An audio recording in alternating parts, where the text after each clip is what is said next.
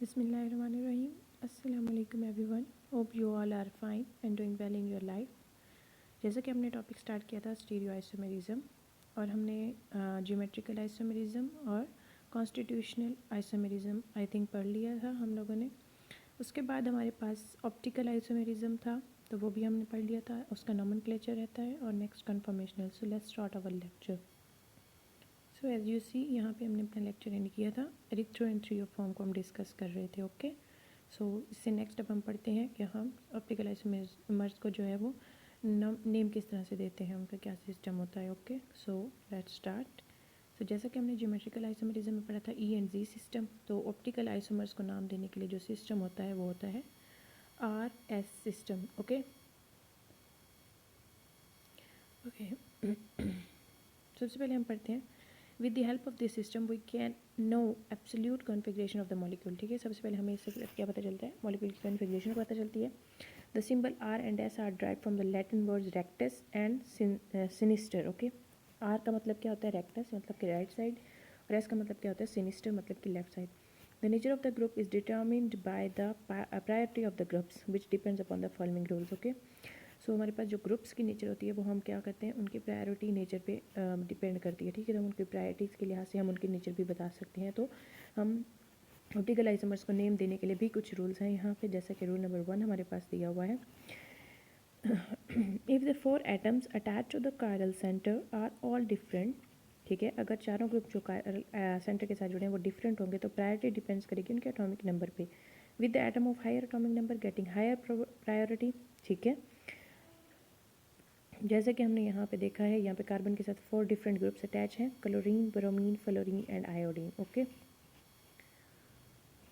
The priority sequence of the 4 atoms are, bromine का atomic number सबसे ज़्यादा है, उसके बाद क्लोरीन का है, उसके बाद fluorine and then iodine. Okay, if सबसे मतलब ग्रेटेस्ट एटॉमिक नंबर जो है वो आयोडीन का 53 है, फिर ब्रोमीन का 35, क्लोरीन का 17 एंड फ्लोरीन का 9. ओके सॉरी मैं थोड़ा सा उलट हो गया था. If 2 atoms are the isotope of the same element the atom of higher mass number has the higher priority. ठीक है, अगर वो कहते हैं कि हमारे पास जो है वो आइसोटॉप हैं 2 एटम्स के. ठीक है, तो जिसका हायर मास नंबर होगा उसी का हायर प्रायोरिटी नंबर होगा. ठीक है, ओके हो गया. नेक्स्ट हमारे पास है rule number 2. If the 2 atoms attached to the chiral center are the same, we compare the atoms attached to each of these first atoms. ठीक है, तो जो हमारे पास अगर मतलब ये chiral center के बाहर 2 atoms attached हैं वो दोनों सेम है. ठीक है, तो हम क्या करेंगे, we compare the atoms attached to each of these first atom. ठीक है, जो फर्स्ट एटम के साथ अटैच होंगे हम उन दोनों को उसके साथ कंपेयर कर लेंगे. एग्जाम्पल लाइक है हमारे पास. ओके सो हम एग्जाम्पल किसकी देखते हैं, सेकेंडरी ब्यूटाइल क्लोराइड की, एज यू सी हियर. ठीक है, हमारे पास यहाँ पे कौन कौन से ग्रुप्स अटैच हैं, कार्बन के साथ क्लोरीन अटैच है, then CH3 and then CH3CH2. तो अगर हम देखें तो क्लोरीन का एटॉमिक नंबर सबसे ज़्यादा था, तो ये इसको फर्स्ट प्रायोरिटी मिलेगी. उसके बाद हमारे पास इथाइल आ जाएगा एंड देन हमारे पास मिथाइल आ जाएगा. ओके तो इस तरह से हम इसको प्रायोरिटी में ऑर्डर देंगे. Okay, if there is a double और triple bond both atoms are consider to be duplicated और ट्रिप्लीकेटेड. ठीक है, जैसे कि हमने पीछे भी पढ़ा था. फॉर एग्जाम्पल अगर हमारे पास यहाँ पे C डबल बॉन्ड A है तो इसका मतलब होगा कि कार्बन के साथ A जो है वो 2 बार अटैच है. ओके मतलब डुप्लीकेटेड, सॉरी मतलब कि एक बार C एक A के साथ अटैच है, दूसरी बार C दूसरे A के साथ अटैच है. और अगर हमारे पास C ट्रिपल बॉन्ड A होगा तो इसका मतलब भी यही होगा, एक बार CA ठीक है करेंगे, फिर CA करेंगे, उसके बाद फिर CA. ओके इस तरह से. अगर हम ग्लिसरॉल्डिहाइड की एग्जांपल देखते हैं तो H group has the highest priority to all. ठीक है, अब इन सब में किसकी हायर प्रायोरिटी होगी, OH की. और अब C डबल बॉन्ड O को किस तरह से हम लिख सकते हैं, इस तरह से लिख सकते हैं. Okay like this. ओके जब हम लोग प्रायोरिटी नंबर दे देंगे तो हम क्या करेंगे, मॉलिक्यूल को रोटेट करेंगे ताकि जो लोअर प्रायोरिटी वाला जो होगा ना वो मतलब कि व्यूवर जो देखने वाला है उससे थोड़ा सा दूर हो जाए. अगर हम देख रहे होंगे और हमारी जो आई है वो हमारी रोटेट करेगी क्लॉकवाइज तो हम कहेंगे कि ये आर है. अगर हमारी आई जो है वो एंटी क्लॉकवाइज मूव करेगी प्रायोरिटी के लिहाज से तो वो एस होगा. ठीक है, समझ आ गई, आई होप सो आपको. फॉर एग्जाम्पल आप इस एग्जाम्पल में देखें. ठीक है, यहाँ पे आपके पास सबसे पहले highest priority number chlorine 1, then ये 2 एंड देन ये 3. ओके एंड देन ये 4. ठीक है, सो सबसे पहले हम लोग क्या करेंगे कि हम लोग पहले इनको तरतीब देते हैं. यहाँ पे 1 2 ठीक है दैट्स 3. ओके, तो हम लोग इसको क्या करेंगे, सबसे पहले हम इसको रोटेट करेंगे, ठीक है। तो अगर अब हम इसको रोटेट कराते हैं मॉलिक्यूल को, ठीक है, अगर हम इसको रोटेट कर देखते हैं तो 1, दैट्स 2 एंड दैट्स 3। तो अगर हम ये देखते हैं तो इसकी जो मूवमेंट है वो एंटी क्लॉकवाइज है। सो इट्स मीन्स ये जो हमारे पास मॉलिक्यूल है ये एस होगा, ठीक है, आर नहीं होगा। ओके, मज़ीद हम यहाँ पे देखते हैं, जैसे कि हमारे पास एक कार्बन है, उसके पास फ्लोरीन, क्लोरीन और हाइड्रोजन लगे हुए। सबसे पहले हाईएस्ट प्रायोरिटी ब्रोमीन की आएगी, then chlorine and then fluorine. अगर हम देखते हैं कि ब्रोमीन से फ्लोरीन में जाते हुए हमारी जो मूवमेंट है वो क्या है, एंटी क्लॉकवाइज है। तो इट्स मीन ये एस होगा। और अगर हम इसको देखते हैं तो इसमें हमारी मूवमेंट जो होगी वो क्या होगी, क्लॉकवाइज आ रही है, तो ये क्या होगी, आर कन्फिग्रेशन होगी। ओके, अगर हम लैक्टिक एसिड की आर एस कन्फिग्रेशन देखते हैं, ऑर्डर ऑफ प्रायोरिटी क्या होगा, सबसे पहले OH को प्रायोरिटी मिलेगी, फिर कार्बोक्सिलिक को, and then methyl and then hydrogen. Okay, so अब हम यहाँ पे क्या करेंगे, सबसे पहले हमारे पास किसकी प्रायोरिटी है, हाइड्रोक्सिल की। तो अगर हम देखते हैं ये मूव कर रहे हैं क्लॉकवाइज, तो इसको आर कन्फिग्रेशन कहेंगे। और अगर हम इधर देखते हैं, ठीक है, एस में हम लोग क्या करेंगे एस में हम क्या करेंगे, हम मॉलिक्यूल को थोड़ा सा रोटेट करवाएंगे। किस तरह से रोटेट करवाएंगे कि हमारा जो ये कार्बोक्सिलिक ग्रुप है ये इस साइड पे आ जाएगा और मिथाइल ग्रुप इस साइड पे आ जाएगा, ठीक है। तो ये हमारे पास आफ्टर रोटेशन जो है ये स्ट्रक्चर बनता है। तो अब रोटेशन के बाद अगर हम इसमें एरो लगा के देखेंगे तो ये एंटी क्लॉकवाइज होगा, एंटी क्लॉकवाइज होगा तो ये क्या होगा, एस कॉन्फिग्रेशन होगा। ओके, प्रायोरिटीज़ देने के बाद हमने क्या करना है, मॉलिक्यूल को रोटेट करवा देना है। ओके, फॉर एग्जांपल यहाँ पे अगर हम देखते हैं तो ये एक अलहदा मॉलिक्यूल था, ये डिफरेंट था, ठीक है। यहाँ पे फ्लोरीन, क्लोरीन, ब्रोमीन थे, यहाँ पे 2 क्लोरीन थे और 1 ब्रोमीन था। ओके, लेकिन यहाँ पे हमारे पास क्या था, यहाँ पे सिमिलर ग्रुप्स थे। तो हमने क्या किया, हमने प्रायोरिटीज़ ऑर्डर दे के, ठीक है, एक को आर का नाम दे दिया, दूसरे को अगर हम देखते तो वो भी आर ही बन रहा था। तो हमने क्या किया, मॉलिक्यूल को रोटेट करवाया। जब हमने मॉलिक्यूल को रोटेट करवाया तो हमने उसको एस बना दिया, ठीक है। एस किस तरह से बनाएंगे, जब हम मॉलिक्यूल को रोटेट करवाएंगे।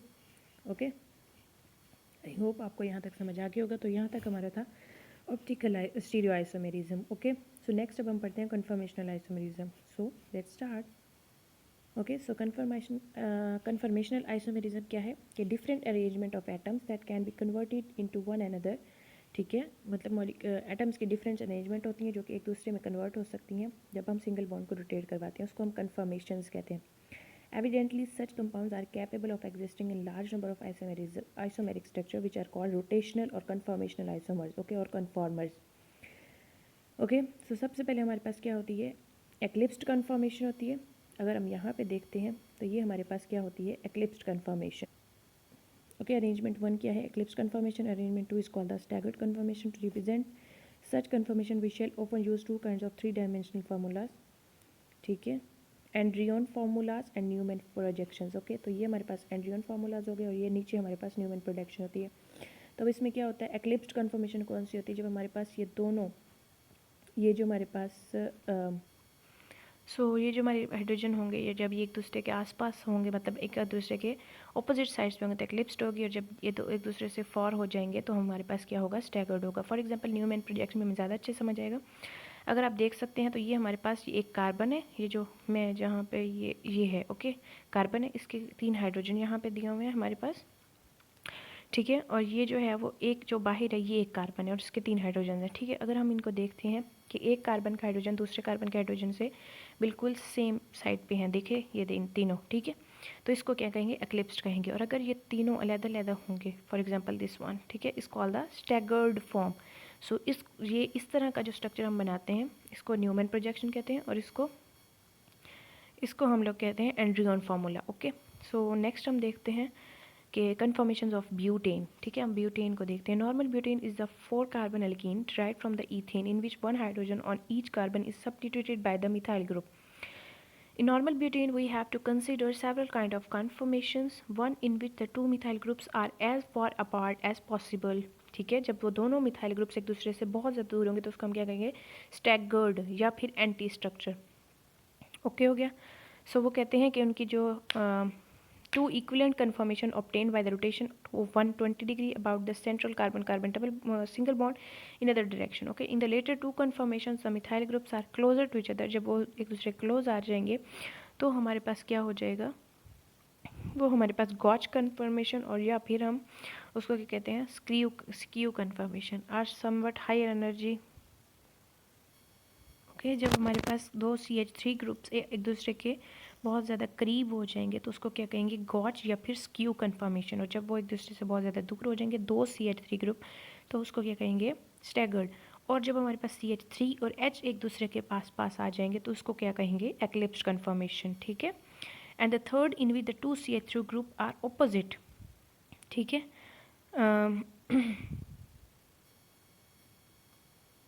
ओके, सो इनमें एनर्जी बैरियर्स क्या होंगे। अगर हम स्टैगर्ड की बात करते हैं तो 3.4 किलो कैलोरीज पर मोल, और अगर हम किस गॉच की बात करते हैं 4.4 kilo calories to 6.1 kilo calories per mole. और ठीक है, thus at ordinary temperature and in most reaction molecule can be expected to exist predominantly in anti-staggered form. Okay, कहते हैं ऑर्डिनरी टेम्परेचर पे बहुत सारे रिएक्शन में एक्सपेक्ट किया जाता है कि जो मॉलिक्यूल है वो किस फॉर्म में होगा, एंटी स्टैगर्ड की फॉर्म में होगा। Here again the conformational isomerism isomers have never been isolated since the energy barriers are too small. okay, so अब हम जो है वो कुछ नॉर्मल ब्यूटीन की कन्फर्मेशंस देखते हैं बना। यू सी यहाँ पे सबसे पहले हमारे पास 1 2 3 4 5 6 है हमारे पास। सबसे पहले हमारे पास क्या होगा, एंटी फॉर्म होगी। ओके, एंटी स्टैगर्ड फॉर्म होगी। यहाँ पे हमारे पास क्या होगा, एक कार्बन का CH3 और दूसरी कार्बन का CH3 एक दूसरे के बिल्कुल ऑपोजिट आ जाएंगे, तो ये क्या होगा, एंटी फॉर्म हो जाएगी। एक्लिप्स्ड में अगर हम देखते हैं तो एक कार्बन का CH3H और एक ठीक है, एक कार्बन का CH3 दूसरी कार्बन का H, एक कार्बन का CH3 दूसरी का H, एक का H और दूसरी का भी H, दोनों एक दूसरे के क्या हैं, बहुत क्लोज हैं, तो इसको एक्लिप्स्ड कहेंगे। और अगर एक कार्बन का CH3 और दूसरे कार्बन का CH3 एक दूसरे के बहुत करीब होंगे, ठीक है, उसको हम क्या कहेंगे, गॉच फॉर्म कहेंगे।